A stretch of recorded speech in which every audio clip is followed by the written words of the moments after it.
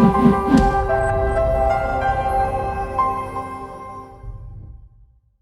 this is Alex Yoder with Pro Tip Tuesday, my favorite day of the week. And today we're going to talk about legislation and testimony.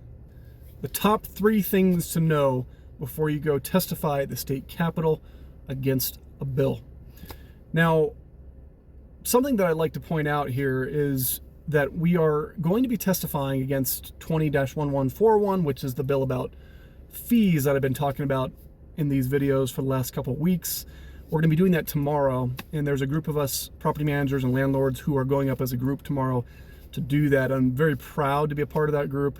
It's a very well-rounded group of people who really just want what's best for everyone, and we have some real concerns about the way these bills can impact all parties involved. So we're hoping to have a positive impact, certainly for landlords, to make sure that these bills are balanced, if nothing else. So that's kind of why this is coming up. There's other topics we could talk about that I'd love to talk about and that I plan to talk about, but right now I can't get legislation out of the brain, and that's the only thing I can think about right now. So we're going to talk about the top 3 things, in Alex's opinion, when you are testifying at the state capitol. Now, before I jump into that, I'm going to provide a document on the Colorado Springs Landlord Forum page that provides a longer list than just 3, but these are the top 3 that I want to kind of highlight that I think are extremely important. So number 1, when you go up to testify, first of all, you need to be respectful in the way that you communicate to folks who do not agree with you that are on the panel or on the committee. I think a lot of people feel like, and I'm going to call some people out here, but I think a lot of people feel like they're enlightened as it pertains to their political position. And I get very burned out by that, and I think a lot of people are very burned out by that. The reality is that we are all flawed in our own unique ways, and you are not enlightened, period. Like, you may be on to a few things, but you don't have the perfect answer for everything on how to view it and how to address it in the political realm. So when you are going up there, in your tone, in your wording, in the way that you approach the entirety of your testimony, don't act enlightened. Be at least internally acknowledge the fact that you have your own biases before you go to speak, so that you can have the best possible chance of having a voice that is well heard by the committee that is hearing your perspective. That leads into my second point. When you are testifying, you are not going up there to shove your opinion down their throats, right? You're going up there to point out specific concerns inside of the bill. So you need to study the bill and understand it completely. Don't just skim through it, and point out the specific points and how they would directly impact your industry, and in this landlord world here, really how it'll impact landlords and tenants in a negative way.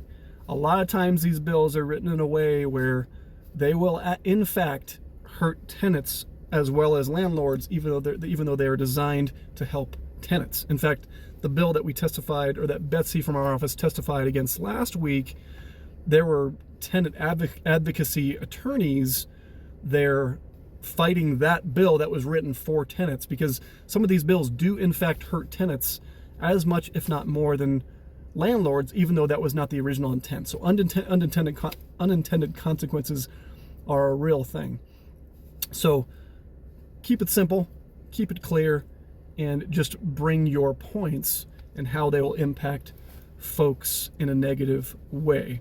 Personal examples are also fantastic when you're doing that. So personal examples of a homeowner or even a tenant, and how that specific bill is going to hurt them. So the final thing is really understanding your opponent. That's kind of the next level, which is the people that are sponsoring the bill and the people in front of you. And for sure, the people that are sponsoring the bill, understand where they're coming from.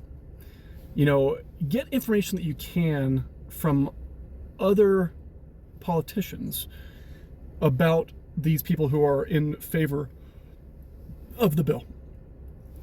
because it's very difficult if you're not a lobbyist and you're not spending all kinds of time with these people. You don't necessarily understand their background.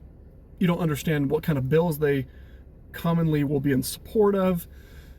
So understanding where they come from and their perspective is important for you to get through, because a little bit of empathy goes a real long way. And, you know, for example, on one of these bills that we're fighting, one of the bill sponsors is very much in favor of folks who are sort of taken advantage of in our community. And almost every bill that she is co-sponsoring or sponsoring is geared that way. So just knowing that helps you to know how better to get through to her if you're having a one-on-one conversation with her before the bill is being heard, or even if you're sitting there doing your testimony, getting amendments. You know, they will actually listen if you are giving really good points, because they want their bill, usually they want their bill to be good. They don't want their bill to get killed, but usually they want their bill to be good, and so they're receptive to amendments if there's any specific amendments that make the bill really bad. So those are really my top three. Those are Alex's top three, but again, there's many things to know when you are testifying, and I will provide that list in the Colorado Springs Landlord Forum Facebook page. That is all for today. Alex Yoder, Dorman Real Estate Management. I will give you updates throughout the week on our Facebook group about how that testimony goes tomorrow against 1141. And so just stay tuned. We will keep you as informed as we possibly can.